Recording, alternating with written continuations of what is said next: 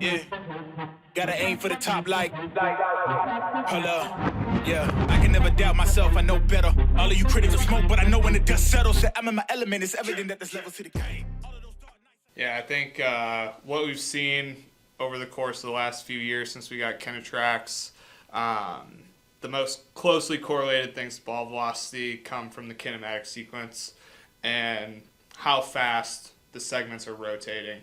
So trunk rotation velocity, elbow extension velocity, shoulder internal rotation velocity are three of our higher correlated metrics to ball velocity. They're also probably three most common metrics correlated to ball velocity in other studies and other labs. Just anecdotally, what I've seen a lot of high-level throwers do, that's maybe a little bit less common out there, is time up hip-shoulder separation really well, make sure that we're creating more separation after our foot gets into the ground, and timing up lead knee extension velocity well, having that value peak before ball release. Yeah, it always depends on I think it always depends on the individual. You have to take into account what type of structure you're dealing with as far as physical anatomy of the athlete, as well as what motor preferences they have, and what movement patterns are kind of already ingrained into how they've been throwing over the last 10 to 20 years. In general, I would say the timing is more important, or just as important as the velocity, the raw number of how fast.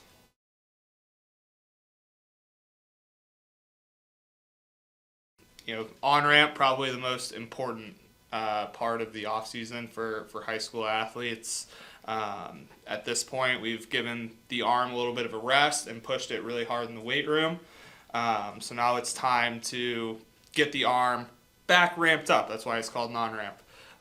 So with that, we're going to see volume and intensity in the weight room peel back a little bit as we start to throw more.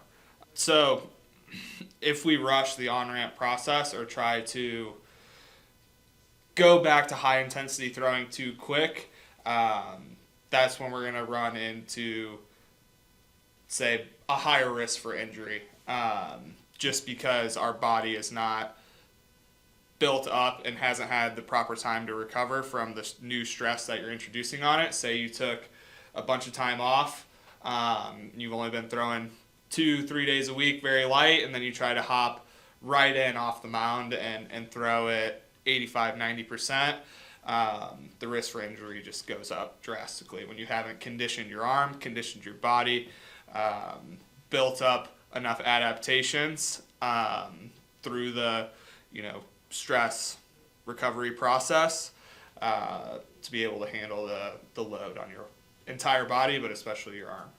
It can be both acute and something can pop up as soon as you start your second or third high intent session, or you could definitely see the effects of not having a proper on ramp show up during the season when you're not recovering well, or an injury pops up during the season. Could be a direct correlation to not on ramping properly in the off season.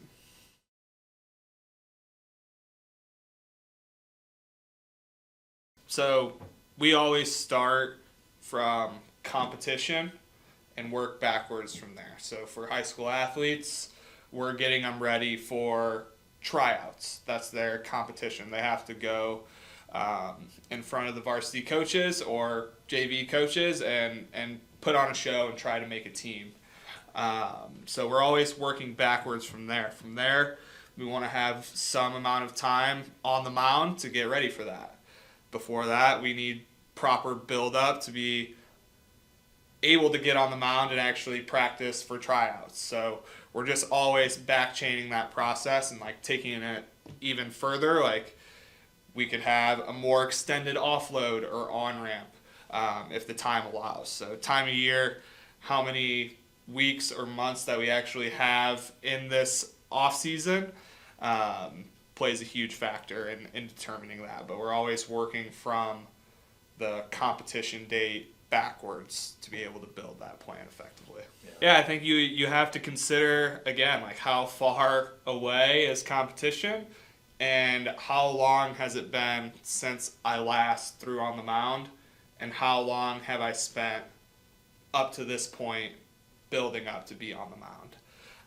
You have to take all those factors into consideration for a high school athlete that's looking at tryouts March 1st. I would think it would be responsible to get on the mound beginning of February and January timeframe. Get good 4 to 6 weeks of work on the mound, doing pitch design, command training, velocity training, whatever it might be, but spending the chunk of that tying it all together and trying to put together the best arsenal to go out and get outs for your high school.